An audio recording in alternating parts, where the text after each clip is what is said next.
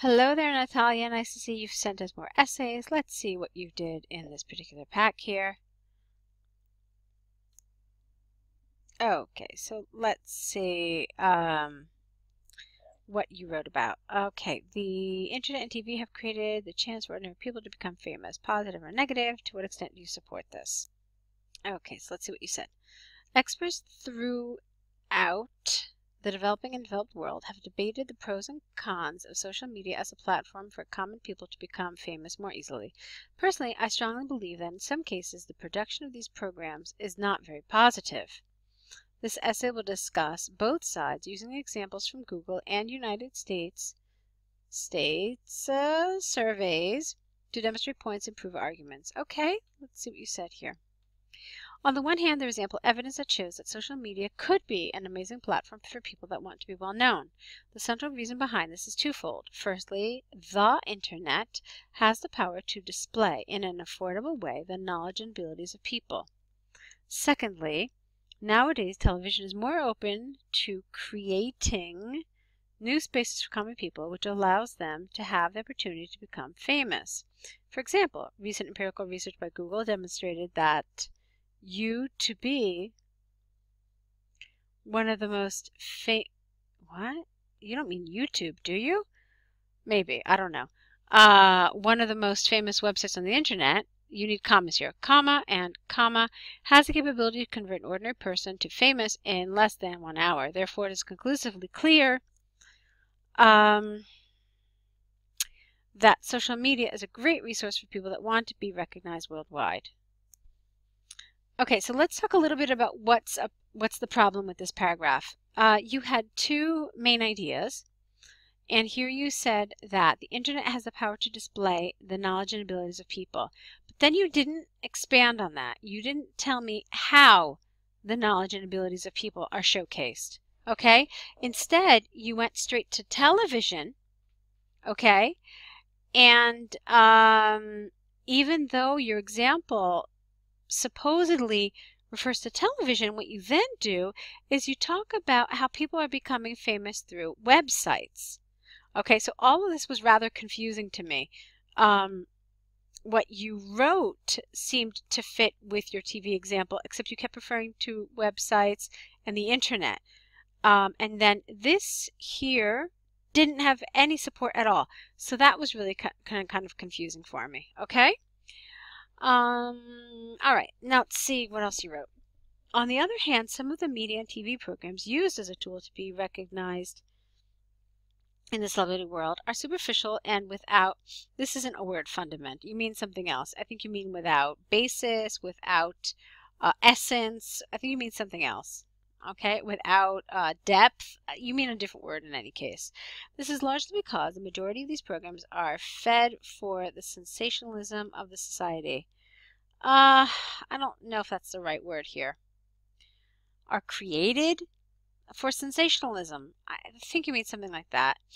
And sensationalism of the society that feel pleasure seeing quotidian people and behavior without taking into account, double C here, one word, without taking into account the content of these without taking into account if the content of these programs is positive or negative. For example, in the United States, 2 in 4 FOUR people have more knowledge about the sex life of Kim Kardashian than about the geography or the economy of their country. It must not be forgotten that TV is one of the most important sources in terms of massive communication. Consequently, this should be more educative and less banal. Okay, so some nice elements here. Some nice vocabulary. I like your example. So all that was good. Let's see. Let's take a look at your conclusion, and then I'll give you my more kind of holistic feedback. To conclude, from the arguments and examples given, I firmly believe that social media and television are a great option for people that do not have the possibilities to be famous easily. However, in a lot of cases, the programs designed as a platform for people to be well known are superficial and hardly educational. I think that's what you mean here. You're trying to say that they're almost not at all. Slightly educational means, yeah, they're kind of educational, but I think you mean something different based on what I read here. I think you mean hardly or barely educational.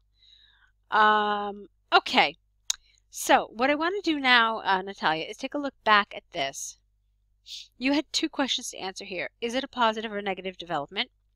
To what extent do you support it? Okay, this is what you were supposed to do here. This might seem a little repetitive to you, and in certain cases it can be. It can be repetitive if you're not careful, but there are ways to make sure that you answer both questions. So, here what you did is you said the production of these programs is not very positive. Okay, so that's fine. But what you could have said is this. Personally, I strongly believe that in some cases the production of these programs is not positive. However, for many people, they provide a platform to become famous that they otherwise would not have. Okay? And this way, you are kind of answering both questions. So I think it's a negative development, but I can see something positive in it. So it's a little bit about reframing the way you say things so that you can show the examiner, look, I understood the question and I am specifically responding to the question. Let me show you where else you could have done that. Here, for example, by just kind of taking some of the wording to show, look, ladies and gentlemen, this is what I'm answering. Okay, so this paragraph is pretty much okay, but what you could have done is here, oops, where am I? Here you could have created some concession. You could have said, on the other hand, while these new platforms certainly provide benefits for some people who want to get famous easily, on the whole, I find that they are a negative development. Okay, this way, you're answering this question. So it's really just about reframing just a little bit, just tweaking your answer just a little bit to show, look, I am answering both of these questions. I haven't just, disregarded the way the questions are phrased, and I've just decided to do a advantages, disadvantages essay. Because the way you wrote it is that's kind of how it sounds, just like a discuss the advantages and disadvantages. But if you made some minor changes, it would have been more relevant to the actual question. All right, I hope all of that makes sense and it doesn't sound a little confusing. Let's see. Okay, let's go into your letter now. It's the restaurant. Okay, fine. Dear Sir, Madam, I am a regular client of your restaurant. I am writing to express my disappointment with the service that I received last Wednesday in your restaurant. All right, that's a little repetitive. I think you could have probably combined both of these sentences into one so that you wouldn't have so much repetition. So, you could have said, as a regular client, I am writing to express my disappointment with the service that I received last Wednesday in your restaurant. Done. Okay, that's simple.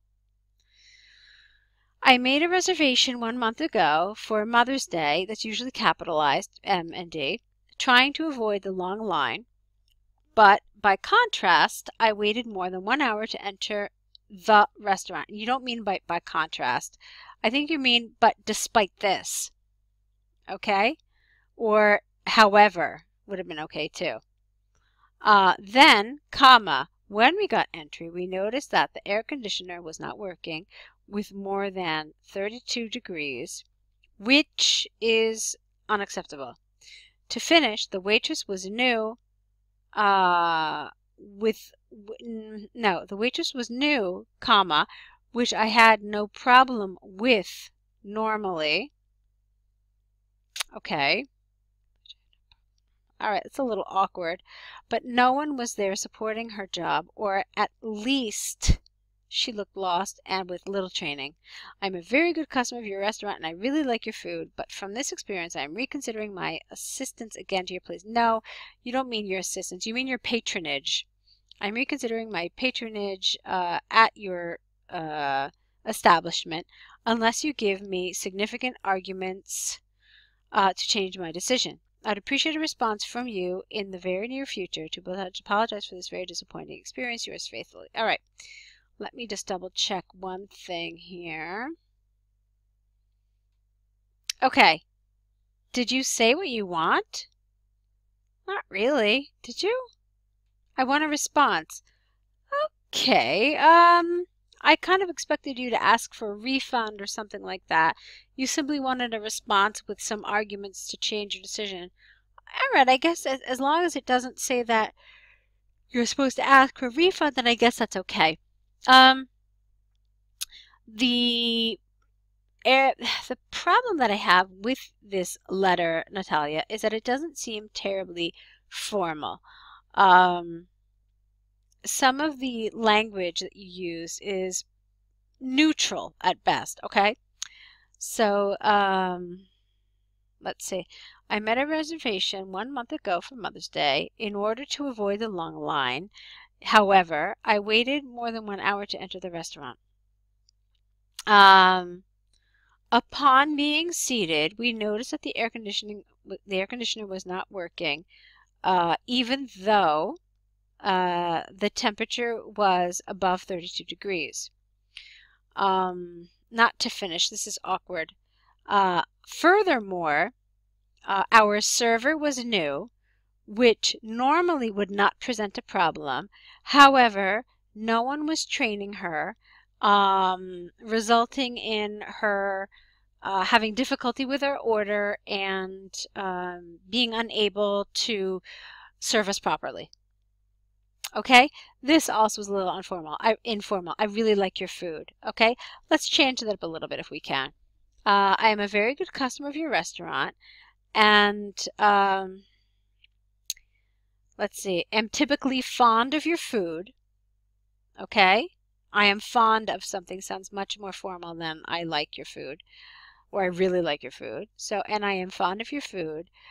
Yet, from this experience, I am reconsidering my patronage at your establishment. I already said that before. And that's fine. Okay, in the very near future, to apologize for this postponing experience. You didn't need a comma here. So instead, why don't we say this? I would appreciate a response from you by way of an apology within the next week, or just be a little more specific, for this very disappointing experience. Okay, and the rest of it is fine. Your sign-off was fine.